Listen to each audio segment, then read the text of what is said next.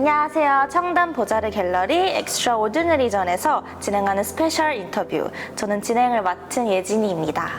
오늘은 많은 분들이 궁금해하시던 곽수영 작가님을 만나뵈러 왔어요.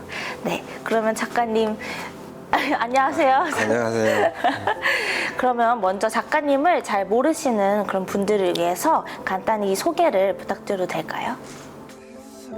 대구에서 태어나서 홍익대학교 73년도에 입학해서 서양학과를 졸업하고 83년도에 프랑스 파리로 유학 겸 작품 활동을 위해서 출발했죠. 몇 년 전까지 프랑스에서 활동하다가 한국으로 들어와서 작업하고 있습니다. 작가님의 작품을 보면 이 몽환적이면서도 강렬한 그런 감성이 느껴지거든요. 그래서 작가님이 이 작품의 영감을 주로 어디서 얻으시는지 궁금합니다. 원래 제 작업은 구상 어떤 형상이 있는 작품들을 위주로 작업을 쭉 해왔었는데 캔버스 위에 작업을 할 때와 원래 습관적으로 판화를 많이 했기 때문에 본 작업을 시작하기 전에 미리 에스키스를 해놓아요. 준비를 해요. 근데 에스키스를 준비할 때 해놓은 에스키스 작업과 캔버스 위에 옮길 때 작업이 항상 서로 일치가 잘 안 되더라고. 그래서 이게 왜 이런 현상이 생기느냐. 에스키스 할 때는 어떤 과감하게 이게 좀 잘해야지라는 개념보다도 틀려도 괜찮으니까 그러니까 순간적으로 그때 당시에 작업할 때의 감성이 바로 표출이 된 것 같고 캔버스에 작업을 옮길 때는 그 느낌들이 다듬어져 가지고 꾸미게 되더라고. 그러다 보니까 원래 의도했던 그런 느낌이 안 나는. 그렇죠. 처음 나왔던 감성이 이게 장식화돼 가지고 나와 버리니까 전혀 다른 작품이 되어 버리더라고. 그래서 내가 무슨 생각을 했냐면 상당히 오래전 얘기죠. 그러니까 벌써 한 30년도 훨씬 전 얘기인데 그러면 캔버스에 에스키스 하듯이 똑같은 감성으로 그리면 되지 않을까.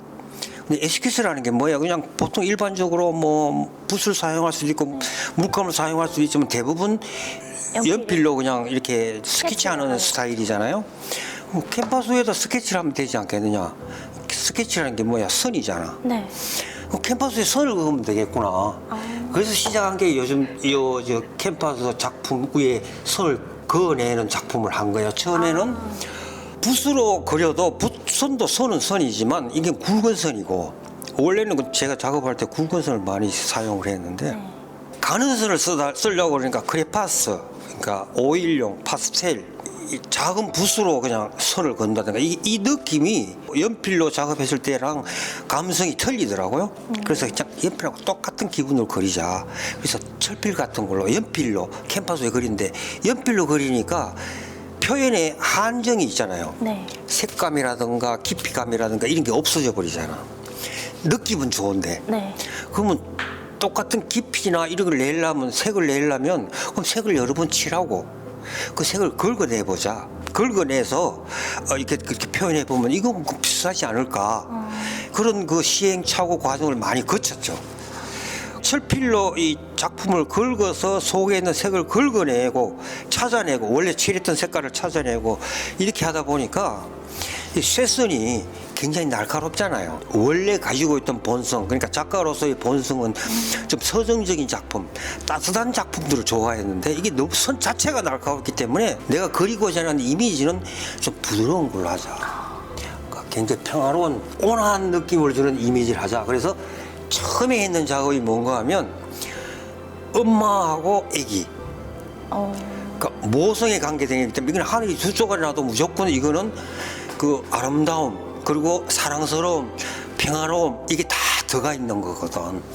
그래서 그런 계통의 작업을 처음 시작한 거예요. 그게 저기 있는 건 저런 식이야. 이거 좀 하는 거 네 번째 거요. 저런 작업인데 저렇게 하다가 자체적으로 형상 자체가 주는 온화함 때문에 쇠선의 날카로움이 좀 이렇게 감소되고 그러다 보니까 더 감소시키기 위해서 선 자체를 확 좀 더 돌렸어요. 불꽃 올라가듯이 이렇게 직선을 사용하지 않고 전부 다 곡선으로 섰죠. 그걸 완화시키기 위해서. 이 그림이 그런 식으로 형성이 되기 시작한 거예요. 또 중요한 것 중에 하나가 뭔가면 이런 작업들이 아까도 처음에 이야기했듯이 다 준비된 거를 긁어내면서 부수는 거잖아. 네. 근데 이게 처음에는 형태를 굉장히 정확하게 그려내요. 그러니까 예를 들어서 성당 작업을 한다. 그러면 성당 내부에 자질구레한 디테일까지 다 그려요. 아, 그거는 연필로 아니요, 하시는 그냥 거죠? 철필로. 아, 철필로. 다 그려요. 네. 다 그리고 또 그리고 또 그리고 또 그려요. 아. 그러면 자꾸 그리면 어떻게 돼? 부서지잖아. 네. 그러니까 다 완성된 거를 긁어내면서 부수는 행위가 상반되는 과정이잖아. 네. 그 요런 서로 모순되는 과정들이 반복되면서 내가 원하는 형상이나 어떤 이미지를 이런 모양들을 만들어낼 수 있다는 게 너무 재미나는 거야. 이게 별거 아닌 것 같은데 대부분 작업하시는 분들이 다 그런 생각들을 하면서 해요. 빛에 해당되는 거는 전부 다 그 색감 이런 게 다 빛이니까 네. 그 선이나 이런 거 다 그거 없이 조형 작품을 할 수 없는 거니까 다 비슷한 생각들 하는데 특히 나한테 있어서는 상당히 더 중요한 입장이 돼버린 거죠. 그런 얘기들 재밌는 얘기들이잖아요. 네. 그죠? 그러니까 작업을 하면서 이제 그런 과정들이 반복되다가 저런 형태 뭐 이렇게 풍경 뭐 동물들, 또 동물들도 그 동물 군상들을 그리고 이럴 때도 꼭 보면 움직임이 없어요. 무브먼트가 없어요. 형태가 주는 고요함이나 평화로움을 추구하는 입장이기 때문에 그게 격한 운동감이 있으면 상쇄될까 봐서 그럼요. 진짜 그냥 차분하게다. 그러니까 전부 다 서정적인 느낌이 많죠, 작업들이. 그러니까 예를 들어서 말을 그린다, 저것처럼 네. 말을 그린다. 그러면 새끼 말, 엄마 말, 뭐 이렇게 새끼 말은 조랑말이라고 그러죠. 이렇게 하여튼 이런 식으로 이미지 자체가 주는 감성을 가장 많이 노출시키려고 애를 쓰죠. 예를 들어서 성당을 그린다.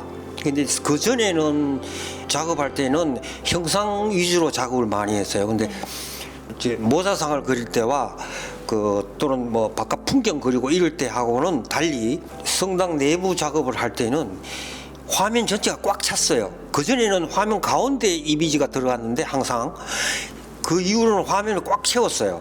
이 채우는 재미 때문에 건물을 그리기 시작했거든요. 건물은 화면을 꽉 채울 수 있으니까 이제 일이 점점 복잡해졌죠. 그러니까 할 일이 많아졌지. 근데 이 작업을 하면서 특히나 예를 들어서 뭐 대성당이면 성당 외부 파사드라고 그러죠. 외부 풍경을 그리다가 안쪽으로 들어오면서 관심을 가지기 시작한 거면 빛이야. 이게 긁어내니까 이 색감이 틀려지더라고. 그래서 색깔을 바꿨어요. 네. 그전에는 제일 밑색을 어두운 색으로 했어. 그리고 올라오면서 밝은 색을 했어요. 그래서 긁어내면 연필처럼 어두운 색이 나왔잖아. 근데 빛 위주로 이 작업을 시작하다 보니까 어떻게 되냐면 제일 아래쪽이 밝은 색이 들어가고 올라오면서 어두운 색이 오는 거야. 긁으면 그럴수록 밝은 게 나오잖아. 그럼 더 강해졌죠. 네. 훨씬 더 작업이 강해졌죠. 그러니까 이런 작업을 하다 보니까 이제는 관심 가는 게 뭐야? 이제 빛에 대해서 관심이 훨씬 더 많이 가는 거야. 그전에는 형상 위주로 작업을 했는데 지금은 관심이 빛 쪽으로 더 많이 가 있어요. 그래서 요즘 하는 작업들은 그런 쪽을 많이 추구를 해요. 형태는 좀 단순화시키고.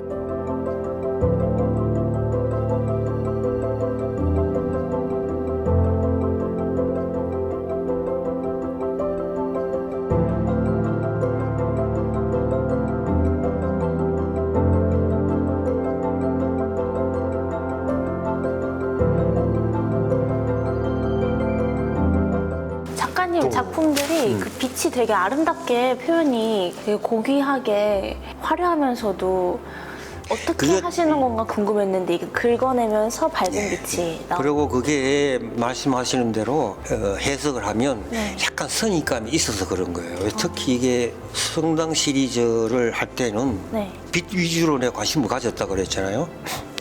가진 게 관람자, 그러니까 그림을 작품을 보는 사람들한테 가장 어필할 수 있는 빛이라는 개념이 가장 크게 이 작동할 수 있는 그런 이미지가 뭘까 생각을 했어요. 근데 이게 성당이라는 게 특히 고딕 성당은 빛 위주로 만드는 성당이에요. 건축 맞아요. 양식 자체가 그래요. 네.